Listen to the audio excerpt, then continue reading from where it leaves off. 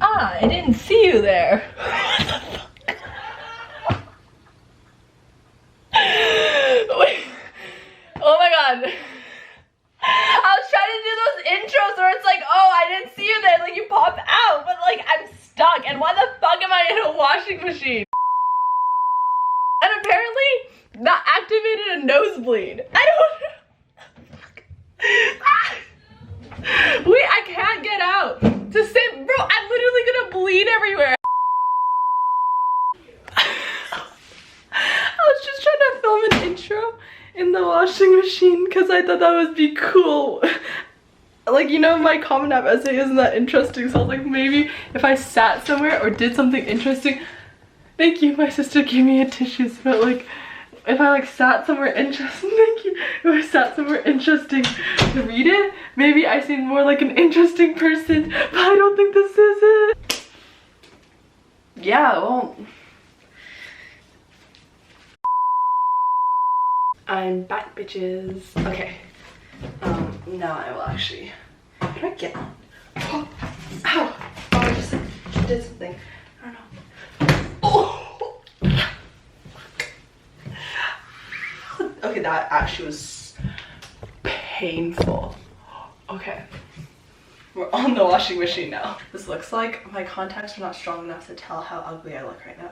Maybe that's a good thing, no idea. Anyways, I will be reading it, and then at the end I will talk a little bit about just like thoughts, how it happened, stress, everything like that. So hope you all laughed at my intro at least. And also, before I start, I just want to say that I don't know why I'm really bad at reading out loud, but I am. So please bear with me. I will stutter a lot. My Mandarin name Jingyi means quiet and obedient. The naming of a child is undertaken with great seriousness, each character having the power to shape its bearer's personality and their very future. My parents chose mine with great optimism, no doubt envisioning a daughter who would fulfill her duties with ladylike grace, steering clear of controversies and turmoil. But when I hear my parents use it, I am reminded of all the things I cannot be. Standing across the counter from a homeless man, counting out his handful of change and realizing he has far too little for even a coffee, their voices fill my head. Jingyi, we mind our own business. Jingyi, he brought his struggles upon himself. Jingyi, become rich, then help. The McDonald's where I work serve many low-income customers. I see them switch orders when they see the price of their preferred meal having gone up as little as 5 cents, or turn down their child's request for ice cream, short by just a single dime. One customer asked me what he could buy for 30 cents. The sad answer, nothing. Looking at this man's defeated face, I cannot allow him to go away hungry. I dip into my wallet and plug in an order for a combo, including a tall double coffee. When I hand him his order number, his worried stare softens. He smiles and he mouths the words, "Thank you." Perhaps this meal is the first act of kindness he has received all week, maybe even longer. In that moment, I'm neither quiet nor obedient. Jingyi, this is a waste of your time. Jingyi, school only cares about your tests and GPA. Jingyi, this just isn't safe. The food insecurity I witnessed at my job motivated me to found Go-Givers Foundation in November of 2022.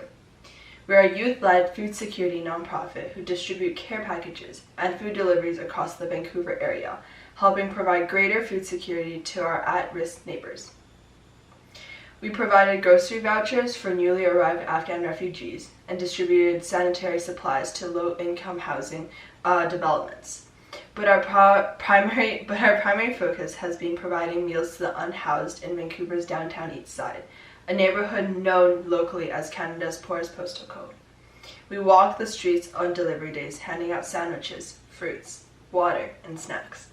When I joined my fellow volunteers under the Chinatown Gate for our first set of deliveries, donning out gloves and masks, I knew I had again shirked my tranquil and docile namesake. Jingyi has no place here in downtown east side. Jingyi, remember to wear a coat. It's cold this morning. Jingyi, text me when you're done so I know you're okay. I know the world's problems cannot be fixed by a simple sandwich. unaffordable housing, barriers to accessing mental and physical health supports, and stigma towards substance users have all contributed to the difficulties many unhoused people face in Vancouver. None of which can be treated with a smile or a brown bag lunch. But I know, in this moment, it's what I can do. And so, as the deliveries continue, I grow more confident, asking if they'd rather have a juice box or water, tuna or peanut butter, apple or banana. My parents toned gentles as they began to understand my passion for helping others. They learned to embrace my desire to help bridge the food security gap experienced by the Vancouver's homeless residents. And I grow less concerned with living up to some shadow version of myself, quiet and obedient.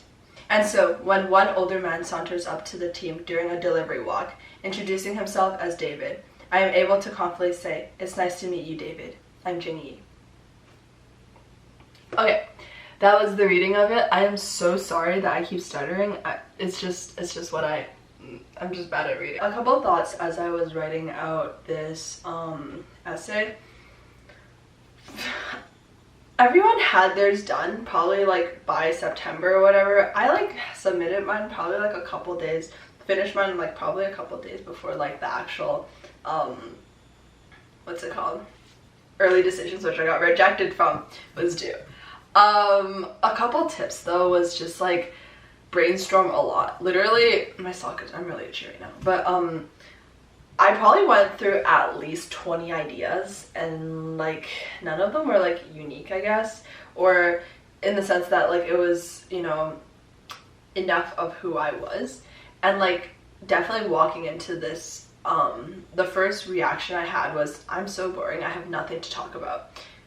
Don't do that. I'm sure you're very, very interesting in whatever ways you can. This whole essay is literally just for you to demonstrate, you know, one part of your life that you've learned. You get to have more chances to talk about that in the rest of your application for your supplementals and whatever, so you're fine. Definitely don't compare yourself either. I also read a bunch of people's essays that are my friends and on YouTube or whatever, and like those stressed me out so badly because I was like, okay, well mine isn't like that, mine isn't like this. But just keep in mind that universities are super holistic in how they evaluate you. So like one essay will not define you, nor will one part of your application. So this essay really just helps bring you, like package you together as well, like get to know you more on like personality based than just like skills. So that's one thing. So like do not worry so much. And I guess another thing is like just to have fun with it. Like experience your different types of writing. Don't be like those like serious three, like the hamburger style with like an intro, 3 bodies, and a conclusion. That's what I did at first because I didn't know how to write an actual essay like this.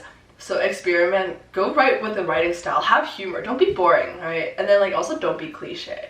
Definitely like if you're passionate about helping a certain community, yeah, like talk about that, right? But don't be like, I love community service, and like that's it. Like if you're very cliche with it, they're just gonna call it BS. So that's another thing. Would I do this process again? Hell no. But I was super, super grateful for this process and for my mentors to have helped me out so much with it. Shout out Jonathan and Franco.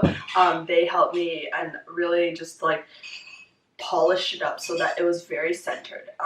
My whole application surrounded around food insecurity, and I think that helped me in the long run because it was I had a very strong focus going into any application. People remember me as the food security girl, and so that was it. Other than that, best wishes to those writing it this year and to those applying in the future. You got this. Definitely hit me up anytime on my Instagram. I'll have my contacts for my Instagram. I just touched the detergent, but I'll have my links to Twitter, Instagram, and my personal website in my link below.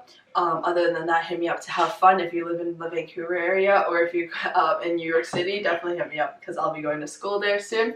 But other than that, I hope you have an amazing rest of the day. Remember, keep smiling and everything will be great. Just vibe hard and you got this. Okay, bye!